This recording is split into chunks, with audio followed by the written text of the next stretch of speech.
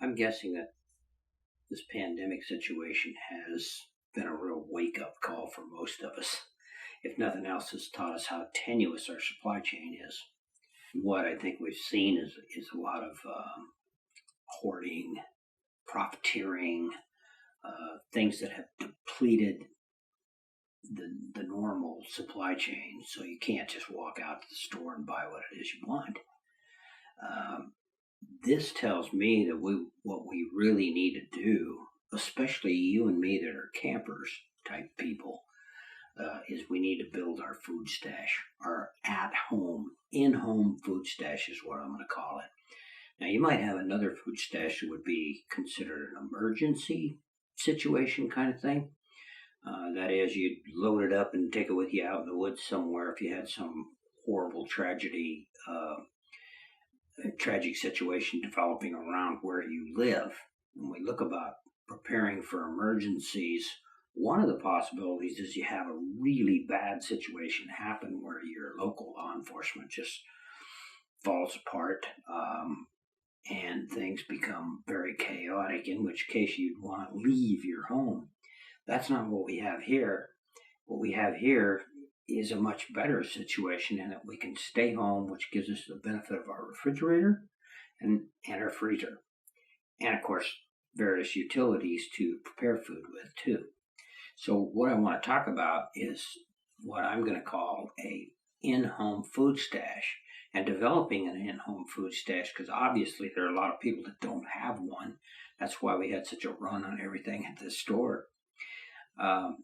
So those of us that are grown out here in the West, I think we're used to seeing a lot of food in the pantry and cupboards. So to me, it's just sort of a given. That's something you want to do. But as it turns out, there's a lot of advantages to doing that, even if you lived in a city. The first advantage is that a food stash will save you money. And why is that? Well, there's actually a couple reasons for that. The first reason is that you buy in quantity. When you buy, you don't buy a small amount, you buy a big amount. And you always get things cheaper in quantity. The second thing is that you buy when it's on sale. Now, I would use cereal as an example. In my case, I eat a lot of cereal, mostly because I don't want to have to mess with cooking food in the morning. When I get up in the morning, I'm ready to go, and I don't want to mess with having to cook a meal and then clean up after myself. So instead, I eat cereal. Now, that means that in this house, there's a lot of cereal, because every time I go to the store, I always walk through the cereal aisle, and if there's something on sale, I'll buy it. Not only that, I'll buy 2 or 3 or 4 of them, because I know I'm going to eat it eventually. So, you save money because you buy things in quantity, you buy things on sale, and of course, once you know what you need in your food stash, then you can look for coupons, which really helps you out as well. Now, the other strange advantage to a food stash is you kind of eat healthier. And the reason you eat healthier is because you've had to plan it out, which, by the way, is one of the keys to eating healthy, is you have to plan your meals out and prepare them.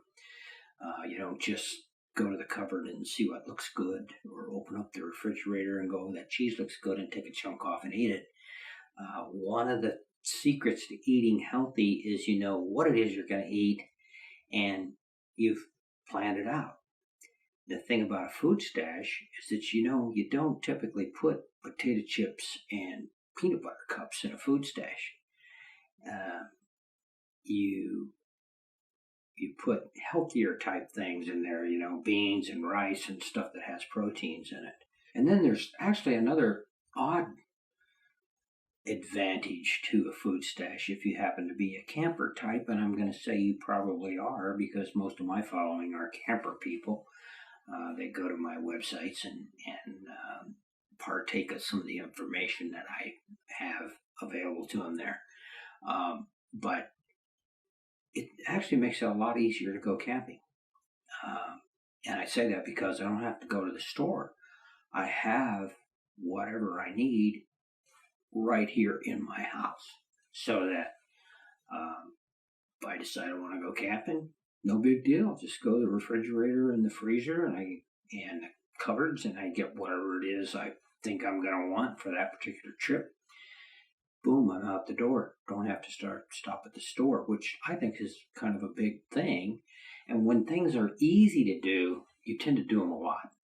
When they're hard to do, when it's a big production, then it's, you're not going to do it as much. So that's why I say you go camping more often. You get one of my chuck boxes, which makes it easy to store all of that stuff. And then you have a good food stash. It's really a lot easier to go camping. So that's a big advantage. So if we have a good food stash, we're going to find that we pay less for food, we eat healthier, and we go camping more often. Well, you can't beat that, right? So how do you develop a food stash? Well, let me tell you, it's harder than you think. I mean, food doesn't just grow on trees. Well, okay, maybe some food grows on some trees, but most food you have to actually go get, cost you money, and you have to figure out what it is you need. The bad way to make a food stash is just to go down to Costco, grab a cart, start loading stuff that looks good or you think would work out well in a food stash. That's probably better than not having one, but that's more like hoarding than it is having a working, planned food stash. To develop a working, planned food stash, what you really want to do is list out the meals you have. Just sit down and list out as many as you can think of. And as you list them out, then you'll notice what the ingredients are. Now, the key here is that certain meals lend themselves much better to a stash than other meals do. And you're going to figure that out as you go through and lay out what kind of meals you might want to eat. Now, for example, you'll notice I eat a lot of Mexican food. And there's two reasons for that. Number one, I like it. Number two, I'm a hunter, and Mexican food really lends itself to the kind of things that us hunters eat. Now, if we took a look at our taco meal here, for example, the shells you can get in boxes that are sealed up. They'll last for a long time. Of course, the meat I have in a freezer. Cheese is something you can freeze. What you have to do is come up with some sort of substitutes for all of these ingredients. And as you can see, they all are pretty easy to substitute, with the exception of lettuce. Because the lettuce is only going to keep for, maybe 3 or 4 weeks in the refrigerator. Outside of that, you're going to have to find some sort of substitute for that, or just not even use it. Truth is, you don't have to have lettuce. This could be a hint as to which things you might need to start growing in your backyard as well. So what you might want to do is calculate what you would need for, say, 1 month for you and your family, how much of each of the ingredients. And then just try it for a month and see how close you are. You might find that you have to up some quantities and you can down other quantities. But at some point you're going to figure out how much cheese, how much meat, how much of everything else you need in order to do tacos for whatever period of time you want your food stash to last. I'm going to say pretty much a minimum would be 3 months. And in some cases, I plan my food stash for 6 months. And honestly, I know I could go longer than that because, like I say, I have quite a bit in that freezer that's not really even incorporated into the stash. So 6 months, though, I want to make sure I can get by too. So being one guy, it's easy for me. I mean, I just figure out what I need for 1 month, multiply by 6, and that's what I need for 6 months. So that's kind of the routine. That's the routine for developing a stash. It's just sort of what you think it would be. But let me assure you, it's not an easy thing to do. And unfortunately, you can't necessarily just pay somebody else to do it for you. If you want to develop a food stash that will sustain you and yours in your own house without the help of anybody else. And so some other things you might want to think about is as you're developing your food stash, maybe you have a book you write stuff down in. what works better than other things and how much need of given ingredients.